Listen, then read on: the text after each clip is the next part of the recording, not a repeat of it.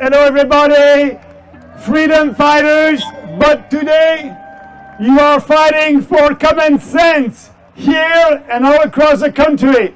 I'm doing that with you, and I understand as a parent, I know I have two daughters, and I was very pleased that they were able to go to school a couple of years ago, because now they're older, 23 years old and 20 years old.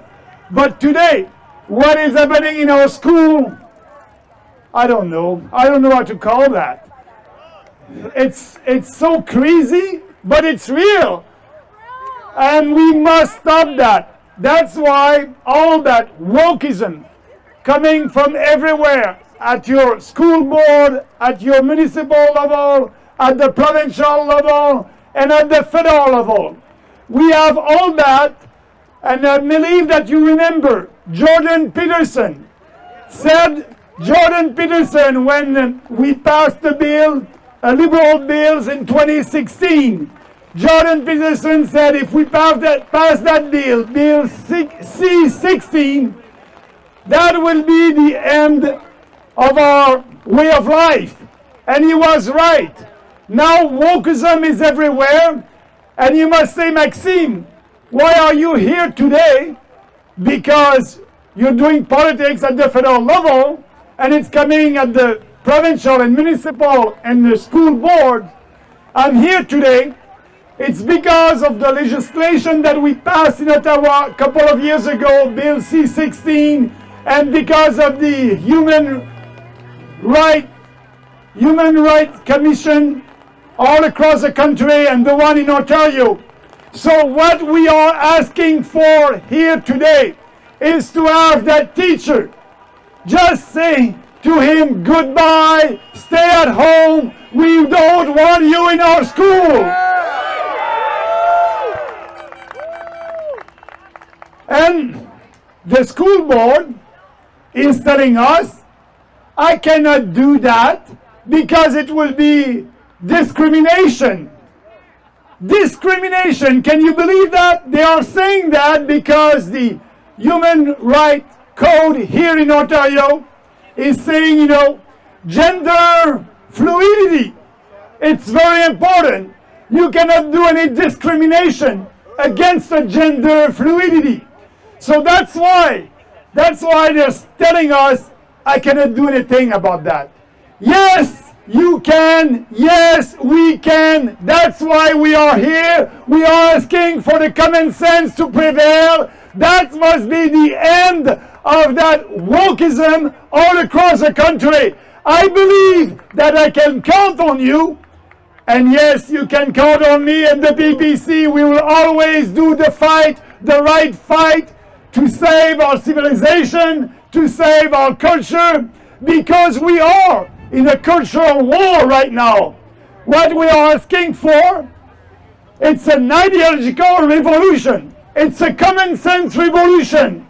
That may take time, but time is on our side, like common sense is on our side, and because of you, because of all the people in our country that are saying that teacher, teaching with kids and expressing his, costume, grotesque costume, hyper-sexualized costume, that's not normal.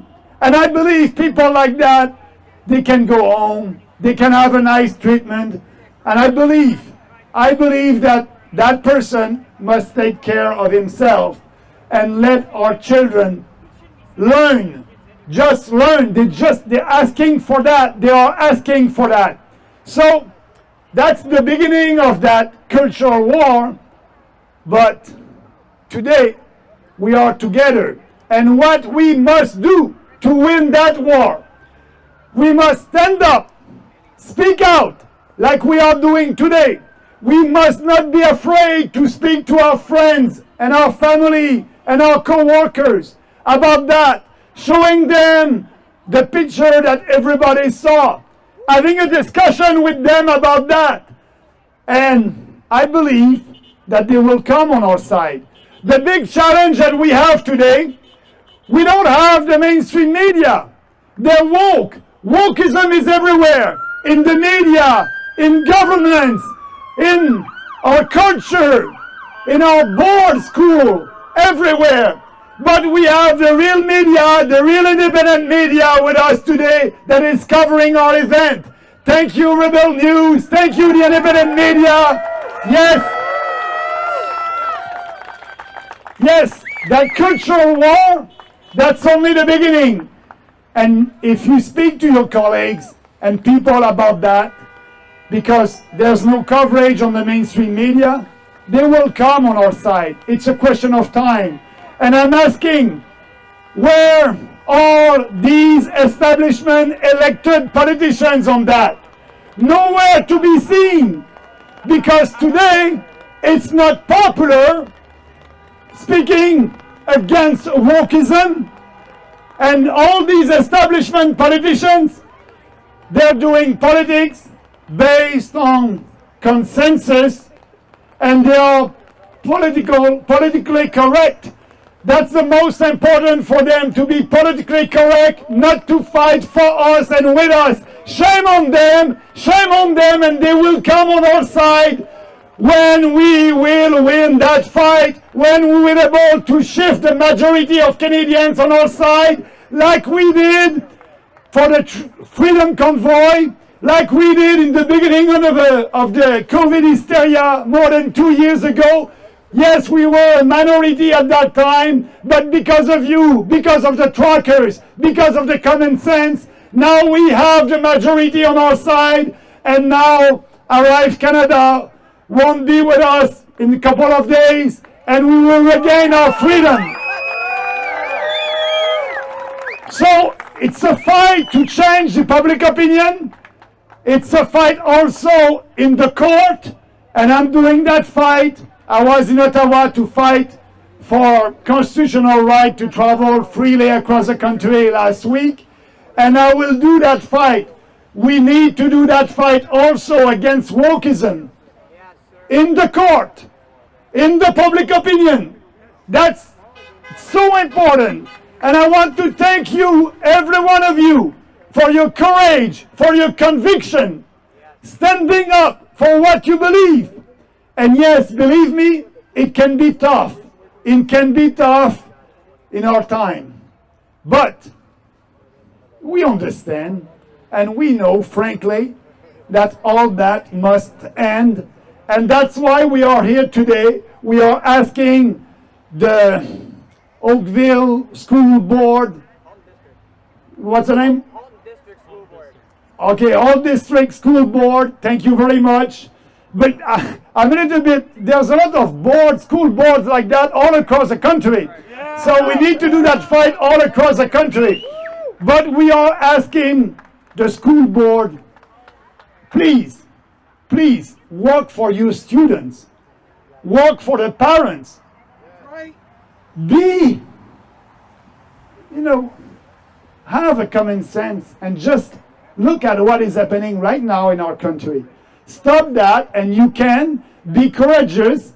And no, they don't want to do anything now because they think that somebody will sue them on that because of the human rights code. They think that they're going to be sued. So what? So what? When the legislation and the law is unconstitutional, illegal, and unethical, you must act in line with your values and not following that law or that legislation. Like I said, when tyranny becomes law, common sense revolution becomes our duty. It is our duty, and that's why we are here. We will do that fight, and we will win. Stay strong and free. Thank you. All right, hey, thank you so much, Maxime Bernier. He's the only leader in Canada that came here to stand with us. He's the only leader that's fighting in there. And all the other guys like Pierre Pavier are posers, as far as I'm concerned. Now I want to tell you one thing, Max. Give me a big hug, man. Yeah. We like hugs, not masks. We like that. We kind of have that. Now, I was just going to end, but I got a surprise. I was on the bridge while Max was in Ottawa, and they asked me to speak with American congressmen. Dr. Alexander and Dr. Panesi from Take Back Our Freedoms. And I had the Niagara and the Bay of Quinte candidates with me. And the gentleman on the other side of the bridge is here today. And I want him to come up. I just want you, because he's fighting hard on the other side, because they've been coming after Americans too. Yeah. Come on up here. You can't miss him. He's a guy. Well, no, I want you to give this gentleman a hand because he's standing on the other side of the border when we're not. Yeah. Come on in. Yeah. Liberty! Yeah. Liberty! All right. I didn't expect it to rain so much. Thank you for coming in peace and go in peace. And don't forget, you can win this. Yeah. Thank you. Thank you very much. Thank you. Thank you. Great talk. Oh yeah. It's an international matter. So. Yeah.